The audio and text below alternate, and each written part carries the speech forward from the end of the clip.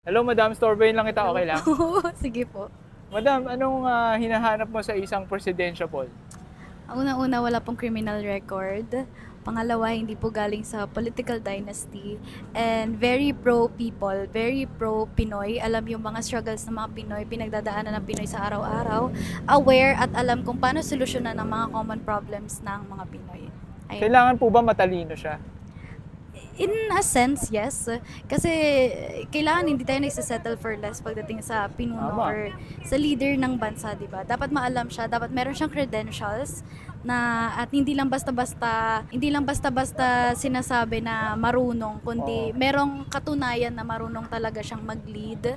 Tama. Ayun, so in a sense, yes, kailangan matalino ang isang presidente. Kasi nga, tama, di ba? Kasi alam natin na yung pagiging pangulo, napakabigat na posisyon yan.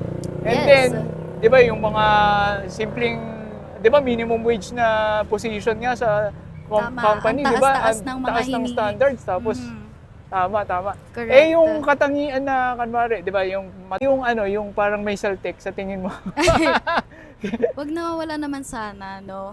Wala naman sanang saltik or yung magiging pinuno or magiging leader ng bansa natin. Pinakamahalaga lang yung yun nga, may kredibilidad at alam kung paano yung buhay ng mga Pilipino para alam niya din kung paano sisolusyonan.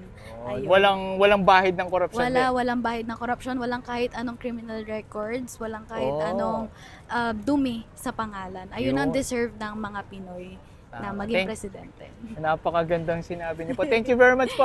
Salamat.